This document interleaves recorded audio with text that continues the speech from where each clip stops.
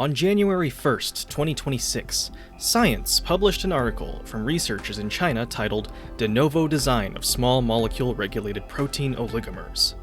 But one of the first co-authors, Qihan Jin, was more than just another scientist from Westlake University. He was a doctor of Rhodes Island. The title of doctor in this context doesn't just denote his level of education, it is a reference to a tower defense tactical role-playing game called Arknights. The player character is referred to as the Doctor, who plays the part of leading a pharmaceutical company called Rhodes Island. In a post by Aylin Altria on the site formerly known as Twitter, she reports that these real doctors have named a newly designed protein AMA-10, a reference to one of the aliases of Calcit, a prominent character in the game. It's also noted that their acknowledgement section has a likely reference to the operator Eyjafjalla, and Chinese players even drew comparisons of the protein's appearance to the artwork of Calcit and Monster as depicted in her Elite 2 promotion artwork. As an Arknights player myself, it's no surprise that I find this research worth sharing. There's a fantastic feeling of community having something in common with someone across the world doing great things. But when I look at this tweet, I want to know more. What exactly is this protein useful for? How did this work all come together? And are there any more references that we missed? Now, if you're an Arknights player reading the title of this video wondering, why is the reclamation algorithm guy gonna talk about this as if he's a real doctor? Well, that's because I am one. You see, I did not adopt the name Dr. Socrates merely because I like Arknights, though it is a major reason. The game came out during 2020, which was not only the year of the COVID-19 pandemic, but also the time in which I was attending pharmacy school for a Doctor of Pharmacy degree. It has been a game that has stuck with me ever since, and when I finally graduated in 2022, I updated my handle to Dr. Socrates. In fact, eagle-eyed viewers may have already noticed the diploma in the background of my previous works. I just never had a reason to mention it up until now. It's with this expertise and familiarity with the world of medicine and drug development that I look upon this paper as an opportunity to finally put my degree to good use, infusing the rigors of my professional experiences to bring the greater Arknights community a piece that hopefully makes this groundbreaking science easier to understand, appreciate, and celebrate as we continue to fight for the dawn 6 years later and counting. Quick disclaimer before we continue though.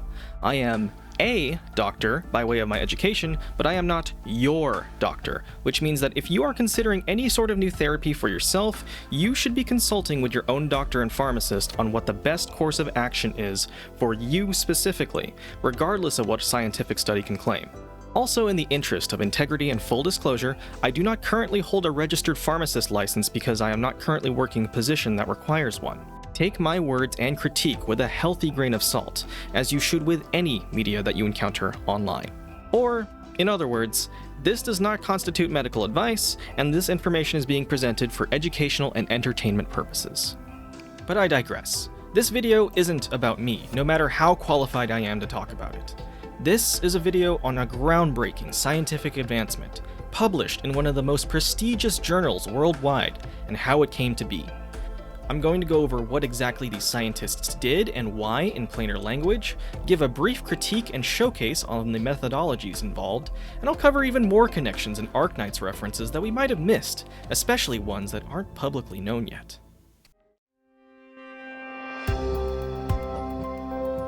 Let's start with why they did this in the first place. Proteins are everywhere in the body, not just in your muscles. They're responsible for getting a lot done, and they do so in different ways depending on how they're shaped. Some of the proteins we know about work by assembling themselves into multi-part clumps to make stuff happen.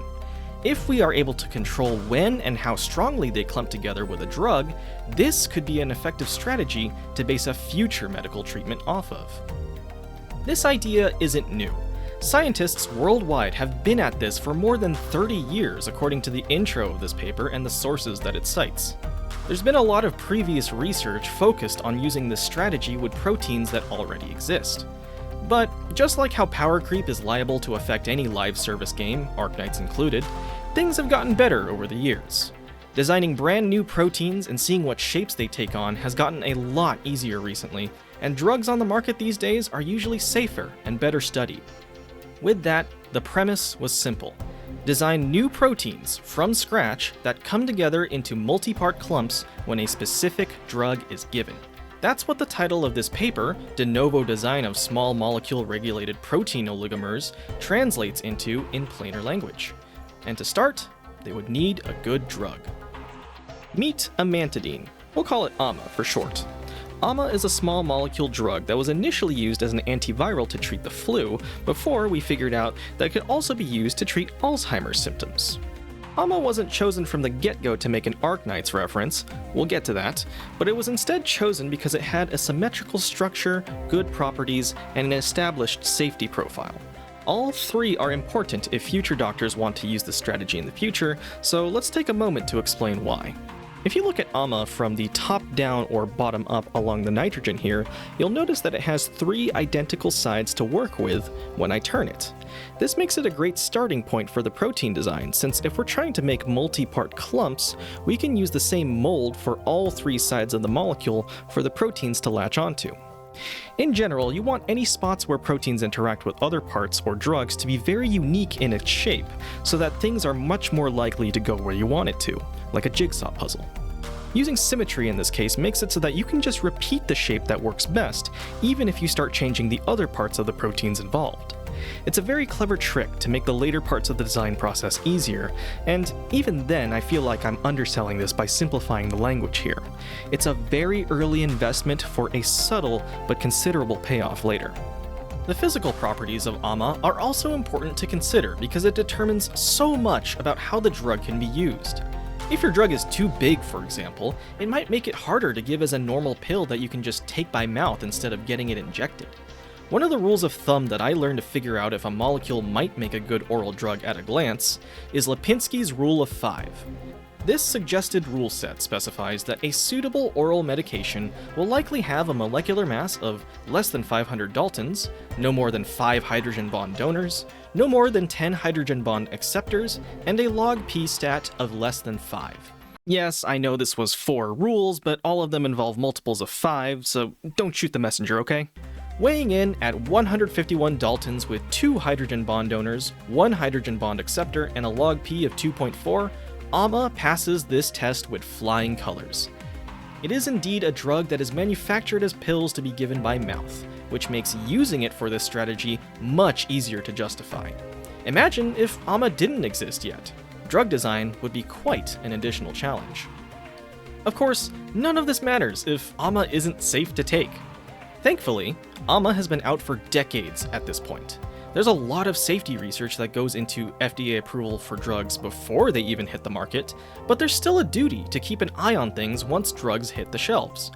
Pharmacovigilance and extended studies are the backbone of building our knowledge of how drugs work once a lot more people start taking them, and it's thanks to these efforts that we can finally say with confidence that AMA was the right pick for the job. So, we have our drug, now to design proteins that gather around it.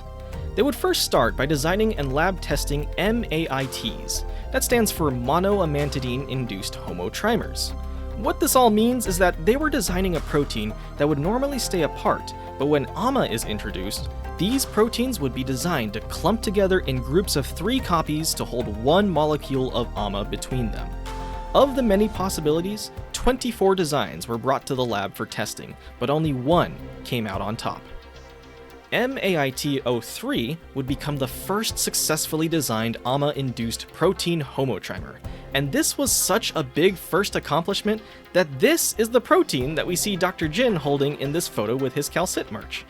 I verified this by getting in contact with him, and he explained to me that he had the crystal structure model 3D printed to help him explain his research project to others and to decorate the lab with it. We'll come back to this photo and my correspondence with him later, but I just wanted to touch on that now since that is not the protein named AMA10.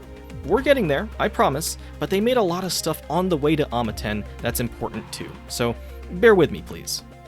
MAIT-03 was a fantastic first step, but there was room for improvement.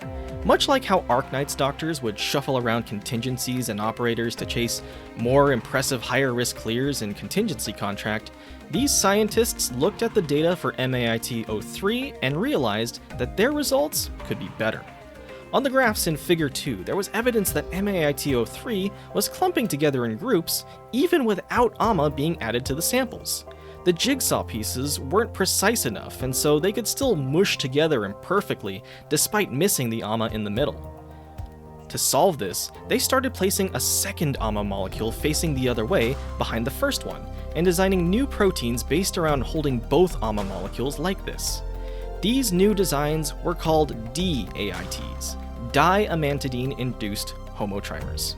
It's mostly the same thing as the MAITs. These would be protein copies designed to stay apart without any AMA. However, this time when AMA is introduced, they still latch together in groups of 3 copies, but they hold onto 2 molecules of AMA in the back-to-back orientation they designed it for instead of 1 AMA. It's like upping the piece count in a jigsaw puzzle and then reshaping the pieces to compensate. The results were much better than the MAITs this time.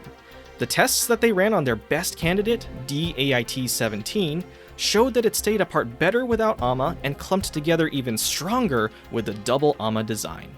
It was this protein that they would take their next big steps with. The design work wasn't over yet, but the team at this point decided to see whether or not their proof of concept could make the strategy work in a real example. This reminds me of testing new operators against old bosses in Arknights.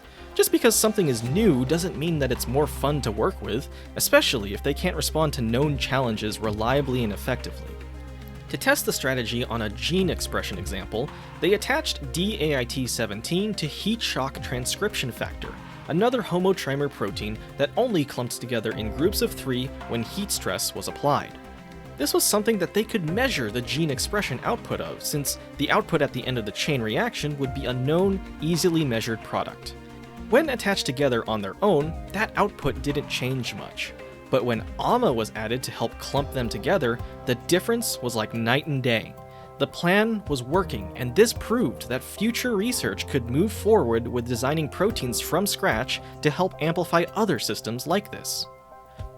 Another challenge they tested DAIT-17 with was reversibility. It's one thing to clump together quickly in the presence of AMA, but things can't stay that way forever. Big protein clumps are harder to transport, and if they build up too much in one place, that's how toxicity becomes a massive issue. They decided to test this visually by making microscopic glow sticks, attaching DAIT-17 to the ends of branching bundles of EGFP, or Enhanced Green Fluorescent Protein. Then they made a time lapse in which they added in AMA, flushed it out after 20 minutes, then added it back in after another 20. You can practically see in this figure just how responsive it is, adding another layer of utility to this newly validated strategy. Of course, the metagame isn't won off the back of one strategy alone. The homotrimer design was working, but this wouldn't be useful for other protein combinations where 2 or more different proteins that weren't perfect copies of each other would need to come together. What now? Back in Arknights, I'm reminded of similar problems that players tackle when it comes to picking operator skills to use. Sometimes, the difference in how an operator plays between skills is so stark, it makes them feel like a whole new operator when they switch. It might solve some problems when you swap skills and try again, but it may also introduce new ones in its place. It's an exercise in lateral thinking, where you figure out how to use what you've got in a new context and discover the trade-offs of your existing options in the process. This kind of lateral rethinking is what they would end up doing next. They would start by making the homotrimer complex into a heterodimer, which means that instead of 3 copies of the same protein coming together, the big protein clump would now be composed of 2 different parts. If you didn't know any better, this would mean going back to the drawing board to cook up a new set of proteins from scratch. But thanks to the clever design choices they had already made so far, they were able to reuse almost all of their existing work with this clever trick. You see, the space around the 2 AMAs was more or less set in stone. Disrupting this area when the optimal shape was so specific to this orientation would likely lead nowhere. But the outside of the 3 proteins were still fair game. To make 3 copies of the same thing turn into 2 unique parts, the solution was simple. Stick 2 of the pieces together to form a big half that covers 2 of the 3 sides, and leave the other one alone as a smaller half that covers the last. I can't stress enough how cool I find this solution. It's like having that moment of genius in Arknights that if you understand what the game's asking of you and you have the right operators to do it, you can consolidate lane holds that would have taken 3 to 4 operators into something that only needs 2 or even 1 operator to handle. Your strategic skill mileage may vary when doing this, of course, but that's a different discussion for a different channel. Even after the big half redesign, however, there was one complication. The smaller half could still clump together with copies of itself rather than the newly designed big half to hold 2 AMAs together. They would have to make one last set of edits to DAIT-17 to turn it into the final piece of a new protein set, DAID-23.4, a diamantidine-induced heterodimer. Or, in other words, a set of 2 different proteins that come together in the presence of 2 AMAs. When you look at the fully assembled structure of DAID 23.4, all of the components are there. You've got the 2 AMAs in the center arranged back to back opposite each other in a line, and it's surrounded by a smaller bundle of 3 spiral helices and a larger bundle of 7 helices. Scientists denote these as S and L for small and large, respectively, so I'll label them here as such. You can also see how this basically comes from a bundle of 3 DAIT-17s, except they put 2 of them together with this helix connection on the outside, making a few slight modifications to solve the new problems this created. They didn't have to start truly from scratch for this problem. They simply planned a strategy that was good enough to handle all of these problems step by step. So let's recap. They first made a bundle of 3 triple helix proteins that clumped together with AMA, attached 2 of them together with another helix to make a design for 2 proteins that clump together with AMA, then edited the smaller part of that to fix the unintended triples problem. They ended up with a set of 2 distinct proteins that clump together with AMA that have 10 helices total, which sounds like, you guessed it, AMA 10. Now before I spread misinformation, DAID 23.4 isn't quite the final structure of AMA 10, but it's very close. They incorporated a couple more optimizations that didn't quite make it to the PDB render that I showed you a moment ago, but in Figure 4a, where the design process is outlined, we are, in fact, looking at a render of AMA 10. And, of course, Dr. Jin could have chosen any angle, but I think this was a good pick considering that people caught on to it quickly. Just like with DAIT-17, AMA 10 would be subjected to some practical testing, but rather than just in vitro testing, meaning within glass, on lab cells, they also did an experiment in vivo, meaning within life, on lab rats taking AMA by mouth, where results proved to be just as promising as DAIT-17's. They even discovered that further protein design was possible by cutting the big half of AMA 10 into pieces with 3 and 4 helices. This opened up the possibility for heterotrimer design, since those 3 pieces still retained their AMA-dependent clumping behavior, just like the previous designs that came before it. And there you have it. Dr. Chihan Jin and his team have published a straightforward, iterative protein design process that can be paired up with a suitable drug to help existing proteins that you attach your custom protein to clump together quickly and reversibly, with flexibility to spare. And, among the proteins that they made along the way, AMA 10 is their greatest example of how this new treatment strategy can become reality.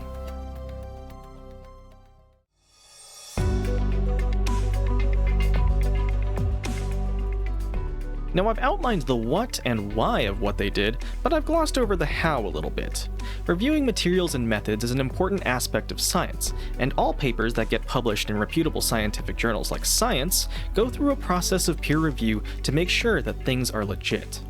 Having read the entire paper myself, shoutouts to my friend Angie for lending me a copy, I'd say they did a good job. The whole point of laying out the methods, materials, and rationale is to make sure that if someone wants to repeat what you've done, they can do so reliably and obtain the same or similar results. If they get something different, that could throw off all of the research that comes afterwards, so you'd best believe they better have it right. It might be a less glamorous part of science, but it's one that I deeply respect, and I'm going to spend the next section talking about some of the materials and methods that stood out to me the most, for a few different but equally important reasons. First, I'd like to talk about racing molecules through sieves to see how far they get or how fast they go. Yes, I'm serious. It sounds weird, but I'm certain its usefulness will be clear after this explanation. There are two types of molecular racing that take center stage in this paper, the first of which is SDS-PAGE. SDS-PAGE stands for sodium dodecyl sulfate polyacrylamide gel electrophoresis. The SDS part is the chemical liquid that they use for this process, and the PAGE part is referring to the fact that this involves pushing molecules through gel using electric charge to get it all going in one direction. Load up some samples in your wells, turn on the electricity, and when the whole thing is finished, you can use it to figure out the sizes of the molecules inside. I may be oversimplifying the process a little, but the details are still important here. Using SDS on the samples lets it act as a surfactant coating that can make the proteins being measured unfold and be surrounded by a uniform layer that has a constant electrical charge. This normalizes all of the different electrical charges of protein samples in the mix and makes it so that the only real differentiator between them is how large they are. Once you've run a set of samples, the idea is to then stain it to see where everything ended up. Larger proteins are held back by the gel in the way, and so they don't get as far. Smaller ones zoom through it faster and make it farther from the start. Looking at the staining patterns, you can figure out if your sample is purely one kind of protein, or if you've got multiple lines of impurities that deviate a bit too much from the clusters you're expecting. You can even do a little bit of math if you have the reference numbers to determine a decent estimate of how heavy the molecules are. Either way, this is a solid and affordable method to help make sure that every pure protein sample you work with in the process is in fact what it is labeled as. We don't want to know what happens when this isn't the case, trust me. And, fun fact, back on that picture of Dr. Jin, he is holding a framed copy of the very first SDS-PAGE gel run in his lab. Pretty cool. The other type of molecular racing done in this paper is abbreviated as SEC-MALS. This stands for Size Exclusion Chromatography Multi-Angle Light Scattering. This one is something I'm admittedly less familiar with, but the big idea here is that it's a more appropriate method to use than SDS-PAGE for when they have proteins and AMA loaded into the samples. Remember when I said the shape of proteins was important? Unfurling the protein with SDS would defeat the purpose of the hyperspecific shape it needs to bind molecules of AMA, so we have a different setup here. Instead, samples retain their shape while submerged in liquid, and they are pushed through a column that is made up of more porous sieving material. Now, bigger molecules and complexes pass by faster since they can't fit in the holes, but smaller molecules are able to navigate through those holes as they're pushed through, effectively being forced to explore a bigger maze and get lost on the way through. There's a detector set up at the end with UV light shining at it, and as fluid passes through, the signal is read and graphed over time. Rinse and repeat for different samples and concentrations to get your curves. If proteins are clumping together, they'll pass by faster and appear first on the graphs, yielding a leftwards bias. Conversely, if they stay apart, then they'll remain smaller as individual parts, and you can see the graphs stay on the right since they take longer to get through. On the MAIT graph, you can see that without AMA, there's a little clumping happening with this leftward shift as more and more protein is added, since it's more likely that they smash together randomly and stay together even though AMA isn't present. This is the crappy jigsaw puzzles mushing together I was talking about. Compare that to DAIT-17's graphs, where they made a more specific shape to lock in two AMAs. Here, the curves are more consistent without AMA, not staying clumped together no matter how much you load in, but clearly shifting leftwards here and clumping even better than MAIT-03 did with AMA. Now at this point I would try to explain the MALS part 2, but I'd probably never get the video out in time, and it's also pushing the limits of what I'm confident in understanding and simplifying. The best I've got for you is that while the samples are passing through, they shoot a constant laser through it and detect how much of the light scatters at multiple angles. And you can do some physics-based math to calculate the molecular weight and graph it on the same graph as the one that shows when stuff is coming through.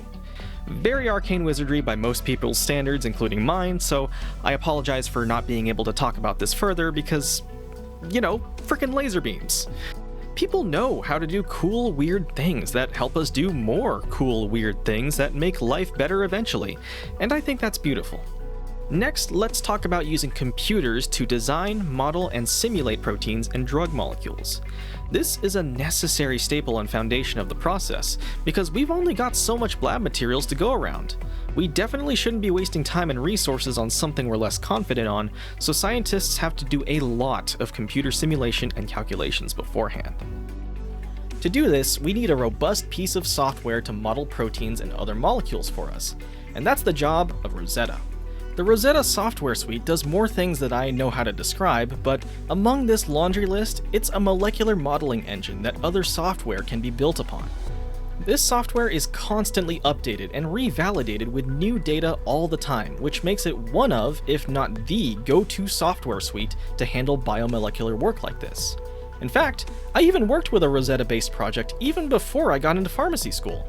Foldit is a citizen science game I used to stream and produce content for, and I even found out that one of the other scientists on Dr. Jin's team used to work in one of the labs where Foldit was testing game-designed proteins in the real world. You can still play Foldit today if you'd like, and my videos are still up.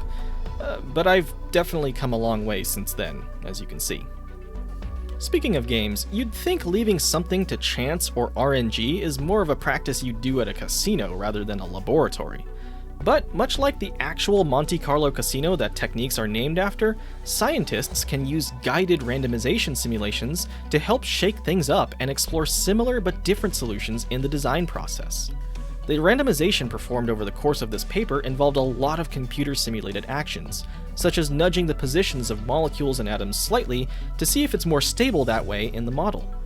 But on the lab bench, there was also the use of error-prone polymerase chain reaction, or PCR, to make imperfect, randomly mutated copies of DAID 23.4L that would eventually yield the optimization changes needed to make AMA10's final form. So, in a sense, you could say that they pulled for AMA10 and got lucky. Let's just not talk about how many pulls they probably needed, though. That's a lot of a random. By contrast, luck is not something to rely on when it comes to predicting and validating the shapes and structures of proteins and drug molecules. With how important the shape is for its function, making sure that the real-world data serves as matching evidence for the proposed design structure is basically mandatory for proving that your work is legitimate. And this data does not come easy. If there is a gold standard of protein structure assessment, it has to be X-ray crystallography in my book. This is the process of crystallizing samples to be put in front of an X-ray beam and rotated. The X-rays form a diffraction pattern from this that is recorded and put through computer processing to get the shape of the electron cloud of the sample. That electron cloud gives us a good approximation of how the atoms are bonded and oriented in the sample, and it's up to experts to figure out what goes where using any clues that they have. One of the biggest clues comes from the fact that we've gotten good enough at doing gene sequencing very fast to figure out the exact sequence of amino acids that go into the protein chains, giving us chains of atoms to fold up into the cloud pockets. Still, this is very difficult and messy work. From what I remember trying to play Foldit's electron density prediction puzzles, it's like trying to predict how a plate of spaghetti is shaped down to the exact position of the noodles by looking at a blobby diagram of the arrangement and messing around with like the varying lengths of loose pasta. I mean, just look at the 3D model of MAIT03's crystal structure that Dr. Jin is holding in his photo. Do you want to try and solve that by hand? I certainly don't. I will say that predicting protein structures through pure knowledge, logic, and skill alone is possible. It's how we got the first few structures by necessity since we didn't have advanced tools to assist us yet. But these days, the world of protein structure prediction has been revolutionized by two letters: AI. I'll admit, the following section was difficult for me to write, because I and a significant amount of people I respect currently don't hold a generally favorable view of AI. In the Arknights community, we've already seen a wave of anti-AI backlash before when it comes to fan art, and a good number of the game's most beloved character artists and English voice actors explicitly state that they do not want their work being used as AI training fodder. When you add that to the fact that we've seen Hypergriff crack down on plagiarism before, it is not a good look, to say the least. To make matters worse, AI is a term that has been co-opted by a lot of marketing to mean too many different things at this point. I remember a time where AI meant the behavior of an NPC in a video game! But now, we've got so much more than that. A lot of people currently assume that AI refers to stuff like ChatGPT, Google Gemini, or other generative AI products that I find harmful, wasteful, exploitative, or simply inadequate. And for the record, I have never and will not ever use generative AI or LLMs willingly for the aforementioned reasons, especially for my videos. So when I looked at the materials and methods and saw that AlphaFold, an AI tool, was used to help model and predict the structures of the newly designed protein complexes, you would think I'd be apprehensive about it, and I was, but not for the reasons you'd expect. If anything, I was actually excited to see it again, because it's one of the only current forms of AI, in my opinion, that's actually worth using. For those not in the know, AlphaFold is an AI deep learning program developed by Google DeepMind that can be used to predict the structure of a protein just by putting in the sequence of amino acids used in making the protein. These days, it has received updates to also support modeling and predicting molecular interactions between proteins and other biomolecules, but for the purposes of this video, we're going to focus on its protein structure prediction capabilities. The thing about AlphaFold is that it's really good. Unironically so, and we've already tested this with CASP. This stands for Critical Assessment of Structure Prediction, and it's basically a giant worldwide opportunity for researchers every 2 years to objectively test their protein prediction methods against a set of newly X-rayed or solved structures that haven't been released to the public yet. They've even effectively made this a double-blind experiment. Both the organizers and the research contestants have no idea what the structures are supposed to be during the event period. All they get are the sequence of amino acids that make up the proteins. The rest is up to them. Researchers, including some teams that used Rosetta-based solutions, have been at this for years, with the first CASP being held in 1994. It wouldn't be until CASP 2018 where AlphaFold would enter the fray. But when it did, it basically blew every other traditional method out of the water, especially with the most difficult proteins. And this success wasn't a fluke. It would follow up with a back-to-back win at the next CASP in 2020, despite the pandemic disrupting just about anything and everything in the world at the time. AlphaFold was doing so well that when it went open source in 2021, pretty much all of the other teams adopted AlphaFold into their workflow by the time CASP 2022 came around, even though Google DeepMind's team wouldn't actually enter again that year. To put things in perspective for my Arknights fans, could you imagine everyone getting a free copy of one of the most powerful limited 6-star operators just because the vast majority of high-risk contingency contract clears used that operator? That's the kind of metagame impact that AlphaFold had on CASP. Heck, even Foldit got an AlphaFold integration to help players out too. That's how I know about it already, and why I already know that it's good. Because I know and understand the complexities of structure prediction, I can recognize that AlphaFold is an iterative and focused use of AI, not a generic generative one trying to be everything for everybody. Its effectiveness has been demonstrably proven through CASP and its widespread adoption, and it has genuinely made the process of protein structure prediction so much faster to the point that anyone in the field can't really go without it in one of the best ways possible. All that being said, we could still argue that depending on an AI tool might encourage complacency and neglect if the humans using it trust it too much. We've certainly seen how ChatGPT, Gemini, and other generative AI and LLM hallucinations can be catastrophic for its users, even more so if the datasets that they're trained on are used irresponsibly or without permission. But these pitfalls are avoided entirely with AlphaFold by design, because AlphaFold's predictions are inherently dependent on the irreplaceable, real-world empirical data that we humans work hard to gather and interpret for this exact purpose. In fact, you could find that data freely available right now on the Protein Data Bank. Go search up DAID 23.4, for example. And if nothing else, AlphaFold is already being used under the trust but verify system that is the academic world. This system is by no means perfect, of course, but there is little room for sloppiness, plagiarism, or deception when the eternal cycle of peer review always has the potential to eventually bring the truth to light. Speaking of peer review, I brought this topic up with several of my creatively inclined friends and acquaintances for discussion. It's because of them that I was able to work through my apprehension of AI usage to drill down and differentiate AlphaFold as a genuinely good use of AI in a time where a lot of AI firms are insulting us by flagrantly doing the exact opposite. Shoutouts to the ones I talked to about this, by the way. You know who you are, and I appreciate you a whole lot. In addition to them, I brought up this topic with Dr. Jin in my correspondence with him to get his thoughts on the matter. He responded with this: "You make a very valid point. Without a suite of AI models, our research would indeed have taken much longer to complete, or might not have been feasible at all. I would like to talk about 2 points here. First, in my view, the growing public backlash against AI technologies stems largely from the misuse of AI by some individuals, as well as the behavior of using AI-generated works to mock the creators, including illustrators, voice actors, and structural biologists as well, who provided the original foundational data for AI model training.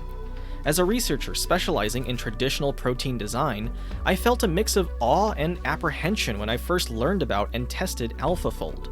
I feared whether AI would disrupt the field I work in, yet I was also excited by the prospect that AI tools could help us tackle far more challenging problems. I believe AI will only evolve at an even faster pace in the years to come. Instead of resisting AI, I think the better approach is to learn how to integrate AI technologies into our own work. I am not sure if this opinion might offend some of your channel's viewers, but it is genuinely how I feel. Second, the role of AI in our research was actually minimal, so much so that AI is not at all a highlight of this study.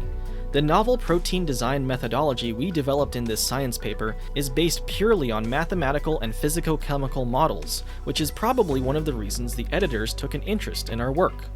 In this era of booming AI development, I believe that staying committed to one's research focus and skillfully using AI as an auxiliary tool is what a researcher, and perhaps professionals in other fields, should strive to do.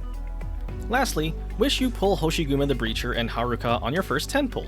Feel free to reach out if you have any more questions." Real quick, for that last part, I don't normally make pull content since gacha systems can be legitimately harmful to directly or indirectly encourage spending money on them, but... Alright, who's our 6-star? Wait! Haruka! Okay, I know I didn't do right. Okay, here's the first one. Defender Operator Hey! Hoshiguma reporting in once again. Didn't even have to dip into the Orundum stash. Chief? Needless to say, the blessing worked well enough, so thank you for sparing my wallet, Dr. Jin. Back on topic, I want to thank Dr. Jin for being honest with me, and for providing a viewpoint that I think is reasonably forward-thinking in spite of some of the harsh realities.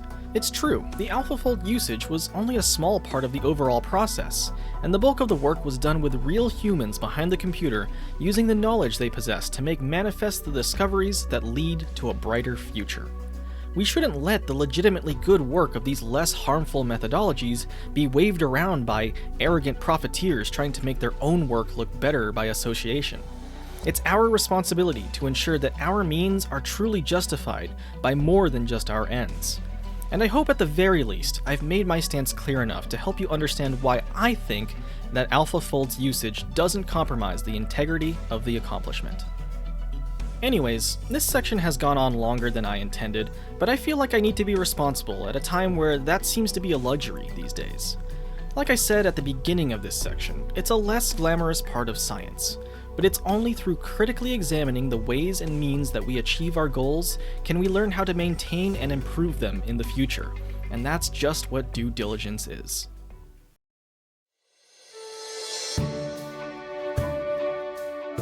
Moving on, to round out this video on a lighter note, I wanted to share the rest of what I learned after reaching out to Dr. Jin, because I was genuinely surprised to find out some extra Easter eggs about this project. In my initial email, I sent the team a set of questions to which we'll go over the answers to before wrapping things up. Question 1. Are all or only some of the authors Arknights fans? Dr. Jin responded that he is the only one who is an Arknights player on the team, so in that regard, it's one doctor, not multiple. Question 2. In Aelin Altria's Twitter post, which of the authors is pictured wearing the ambient synesthesia shirt and calcit badge? Also, what is the significance of the framed gel electrophoresis results and electron cloud model being held? Dr. Jin confirmed that he is in fact the one in the photo holding the framed gel electrophoresis print and the 3D protein model. According to Dr. Jin, the print is a copy of the very first SDS page run when their laboratory was established. Dr. Cao was the one to have it printed and framed as a commemorative item, and the actual samples loaded into the wells for this run were the first batch of AMA-induced protein oligomers done for this project. As for the protein model, Dr. Jin identified the protein as MAIT-03, and he had it 3D printed himself to help explain the research project to others, and as a lab decoration. Question 3. Was the choice to use amantadine made deliberately because of the potential Arknights reference, or was it just a lucky choice that worked out because of the name, pharmacokinetic profile, and the 10 helix design?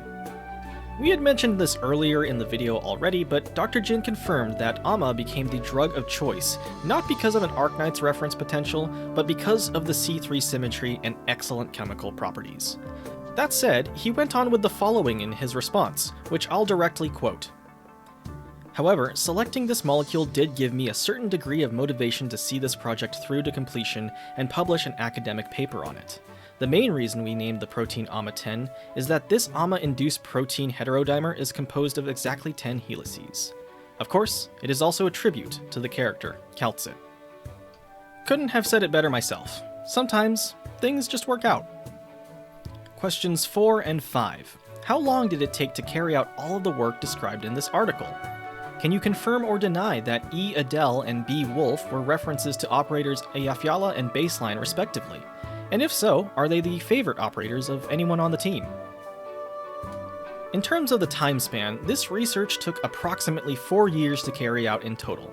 That's 4 years to design proteins, validate their structures, check to see if they work as intended, and to see if they're usable in further developed examples. Dr. Jin says that this spanned almost the entirety of his doctoral studies. Time really does go by in a flash. As for E. Adele and B. Wolf, while the real names of Eyjafjalla and Baseline are indeed Adele Naumann and Michael Wolfgang, Dr. Jin told me that there are dual meanings that I didn't expect. Quote, Adele and Wolf are the names of the mother and father of my American host family when I was an exchange student in the US during high school. At the same time, they are also references to Eyjafjalla, a compelling researcher character in Arknights, as you know, and a top Arknights CN server player who is also a graduate student at a prestigious university in China. I thought this coincidence was fascinating, and these people truly inspired me to become a doctoral student in biology and do research diligently. Therefore, I wanted to acknowledge them. So, no intentional Baseline reference, sorry Lupo enjoyers, but I guess with this acknowledgement there are now indeed multiple Arknights Doctors inside of a single published scientific journal article. And the host family reference? Honestly, incredibly cute. I hope they're doing well too. In fact, Dr. Jin, if you're watching this right now and you haven't shown them your work yet, you should probably get on that. I'm sure they'd be glad to hear from you. Maybe even send them this video if you want me to do the heavy lifting on explaining what you did. And to Adele, Wolf, if either of you are watching this, thank you for being a fleeting yet important pillar of support for this wonderful doctor on his journey towards doing amazingly cool stuff that I get to talk about. Question 6. Are there any other hidden Arknights references that people haven't noticed yet? As we saw in the Twitter post, we had CN users comparing the render of AMA-10 with Calcit's Elite 2 art rotated sideways, and Dr. Jin confirms that this was indeed the inspiration. But Dr. Jin tells me that there's more to it than that. Apparently, the colors picked for this render of AMA-10, and I guess the rest of Figure 4, was inspired by none other than Suomi from Girls Frontline.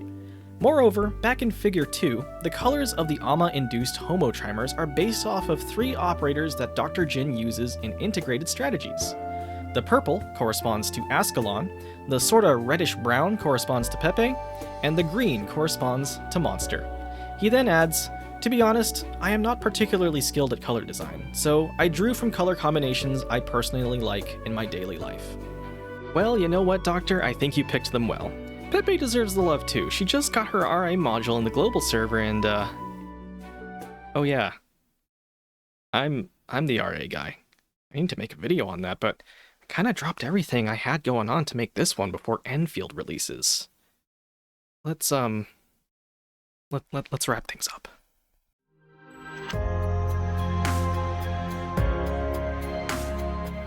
Originium arts are indeed impressive in the world of Arknights, but we are often oblivious or even ignorant of the grand feats that we are capable of doing every day. And even still, some of the people who perform these era-defining accomplishments may merely be planting the seeds for a future harvest that they could never be the benefactor of. Science is important, but so is communication. Few have the ability to read and fully understand a given piece of scientific literature. Fewer still have the ability to meaningfully act upon that reading. It could take weeks, months, years, or even decades before the seeds of potential that Dr. Jin and his team planted could be harvested for the good of humanity. But I hope that by amplifying this work done by my fellow Arknights Doctor, the harvest of a further breakthrough using AMA-10 or a new protein designed the same way can come soon enough within our lifetimes so that we can fight for an even brighter dawn. May we enjoy our lives and practice our arts, respected by all men and in all times. Thank you for watching, and may our research stand the test of time.